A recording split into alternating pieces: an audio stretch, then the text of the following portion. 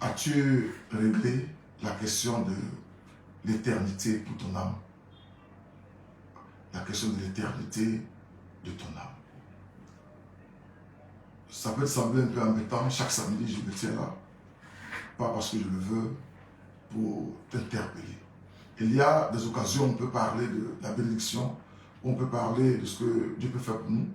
Effectivement, il fait beaucoup de choses sur cette terre, mais exclusivement les samedis, c'est pour t'emmener à penser à l'éternité de ton âme. Si je te demande ce matin, combien d'années souhaiterais-tu vivre encore? Tu pourras me répondre.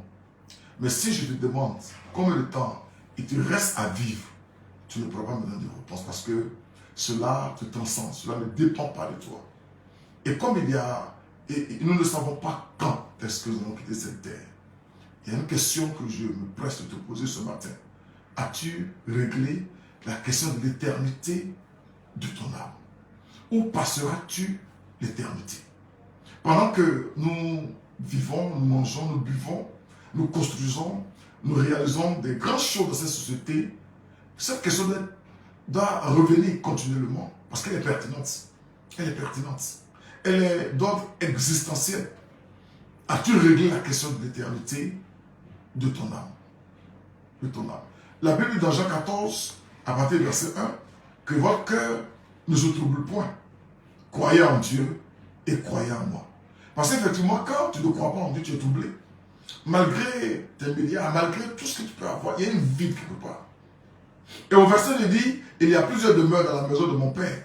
Si cela n'était pas, je vous l'aurais dit. Je vais vous préparer une place.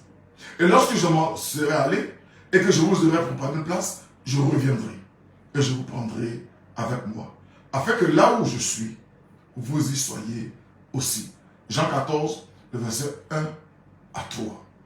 Il y a parfois des raisonnements que nous avons qui ne sont pas tant existentiels, mais il y a des bonnes questions qu'il faut se poser. Où passera toute l'éternité? Aujourd'hui, le Seigneur nous dit dans sa parole qu'il va, pendant qu'il était là, il dit il va préparer une place et revenir. Et je reviendrai vous chercher. Dans nos livres d'histoire, depuis l'école primaire, on a vu qu'il y avait des périodes et on a parlé de avant Jésus-Christ, après Jésus-Christ, avant Jésus-Christ. Je pense qu'aucun historien ne peut nier cela. Jésus a bel et bien vécu sur cette terre avec nous. Il est venu mourir à la croix pour toi et pour moi. Et il dit qu'il s'en va dans ce passage. Mais il dit il va et il reviendra. Je pense que c'est une question qui doit nous faire réfléchir, frémir et nous amener finalement à rentrer en nous-mêmes. Si ce Jésus est venu une première fois et que nous l'avons attesté, il y a des vestiges aujourd'hui, la science le démontre, la science parle, on peut lui prêter d'autres intentions, on peut lui prêter d'autres missions, mais il est venu, il a bel et bien existé. Et il dit il va, il revient. Je pense que s'il est venu une première fois et qu'il dit qu'il revient une seconde fois, c'est qu'il reviendra. Et je voudrais te l'annoncer, il est à la porte. Il est à la porte. Il est presque là. Il faut voir les signes. Il faut voir les signes, la débauche, tout ce qu'on appelait moralité avant ce que c'est devenu. Le monde est en déclin. Le monde est en putréfaction. Le monde est en train de se dégrader. Tout ça pour nous alerter, pour dire que le retour, on parle de retour parce qu'il est parti, il a dit qu'il revient. Mais la question n'est pas quand est-ce qu'il vient. La question essentielle, c'est est-ce que toi tu es prêt? La question essentielle, c'est est-ce que moi je suis prêt? Est-ce que j'ai réglé cette question? La Bible dit que nous sommes étrangers et nous sommes voyageurs sur cette terre. Nous passerons. Et les obsèques sont là pour nous rappeler ces choses-là. Chaque week-end, certainement, au moment où tu m'écoutes, ou au moment où tu regardes cette vidéo, tu as un enterrement. Mais ce n'est pas les autres moments, c'est toi et moi aussi. Donc nous avons un temps de vie sur la terre et nous partirons. Et nous partirons. Le Seigneur dit qu'il va et qu'il revient nous chercher. Il dit qu'il va préparer une place pour revenir. S'il est venu une première fois et qu'il dit qu'il revient une seconde fois, c'est qu'il reviendra. Il ne ment pas. Il ne ment pas. Je voudrais que toi et moi, que nous puissions régler cette question. Après que nous puissions, nous ayons beaucoup de choses, c'est bon, mais ce qui est plus essentiel pour toi et pour moi, où passerons-nous l'éternité? Est-ce que nous avons réglé cette question de l'éternité? De l'éternité. L'éternité, nous sommes là pour maximum 120 ans, 100 ans, 80, mais l'éternité, c'est un temps qui ne prendra pas fin. C'est notre finalité. C'est là où nous passerons tout le reste. Ce reste, quand je parle de reste, ce n'est même pas un temps défini, c'est un temps infini. Est-ce que tu as réglé cette question-là? Est-ce que depuis que tu es en train de te fixer des objectifs à court terme, à moyen terme, à long terme, tu ne sens pas toujours un vide en toi? Tu ne sens pas que quelque chose manque? En réalité, ce n'est pas quelque chose qui te manque, c'est quelqu'un qui te manque. C'est Jésus qui te manque.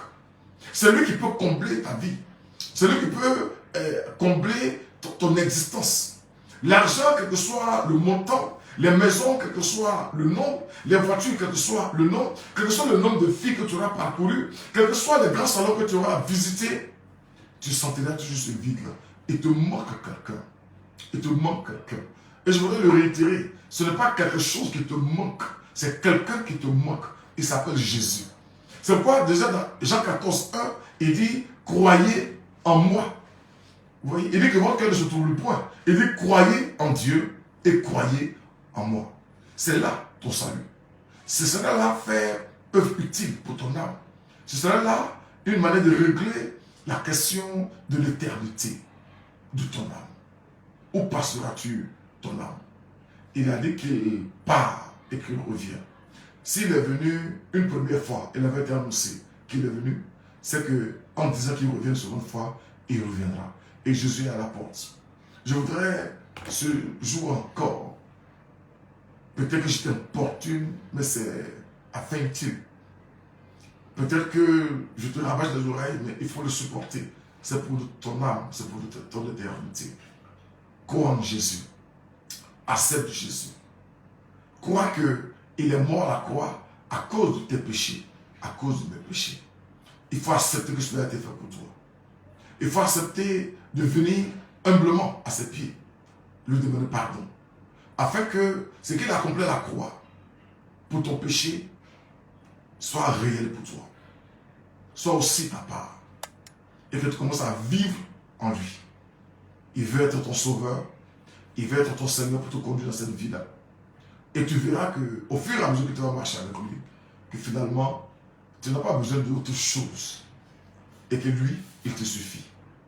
Ce que je dis, ça peut sembler pour toi un peu banal, ça peut sembler un peu illogique, mais c'est trop fort pour toi. Ce n'est pas dans le domaine du rationnel, c'est le domaine spirituel. C'est le domaine spirituel. Paul a dit, j'ai regardé toutes ces choses-là, ces choses pour lesquelles j'avais eu beaucoup d'attention, je les regarde maintenant comme de la boue.